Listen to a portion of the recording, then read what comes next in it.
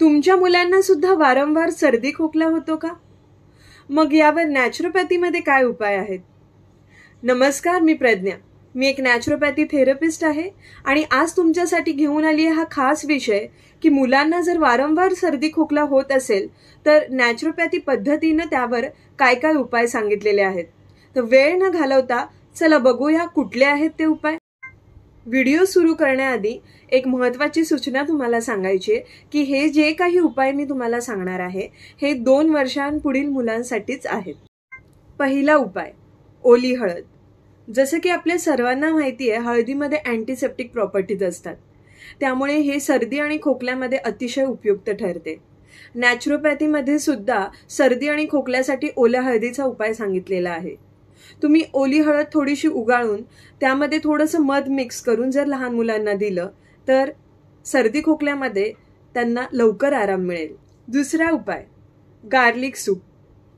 लसणामध्ये antiseptic properties तर असतातच, पण त्याचसोबत लसणामध्ये काही व्होलॅटाईल ऑइल असतात.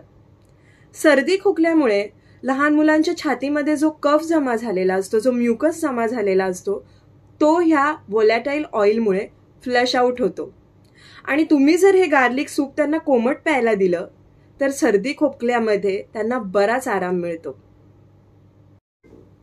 तिसरा उपाय, द्राक्षाचा रस.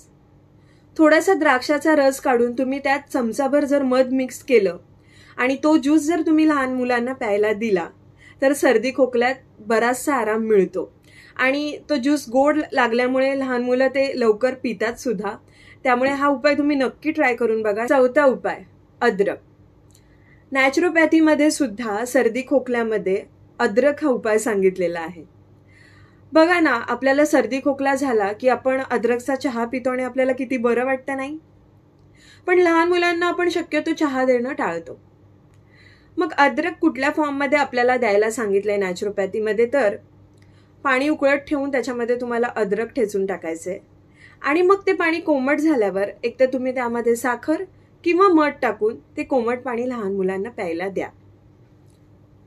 पाचवा उपाय, कोवळं ऊन. लहान मुलांना सर्दी खोकला झालं की आपण त्यांना घरात बसवून ठेवतो, पण उलट अशा वेळेला त्यांना कोवळ्या उन्हात घेऊन जा. कोवळ्या उन्हामध्ये व्हिटॅमिन डी असतं आणि ते इम्युनिटी वाढवायला मदत करतं.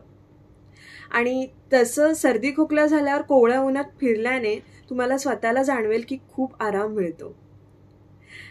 हे सगळे होते नॅचरोपॅथीचे उपाय. हे तुम्ही नक्की ट्राय करून बघा. असेच आणखी उपाय तुम्हाला नॅचरोपॅथीवर पर्टिक्युलरली कुठल्या आजाराबद्दल हवे असतील तर तो विषय मला कमेंट बॉक्समध्ये लिहा. मी त्याच्यावर नक्की व्हिडिओ बनवेन आणि सबस्क्राईब करायला विसरू नका. धन्यवाद.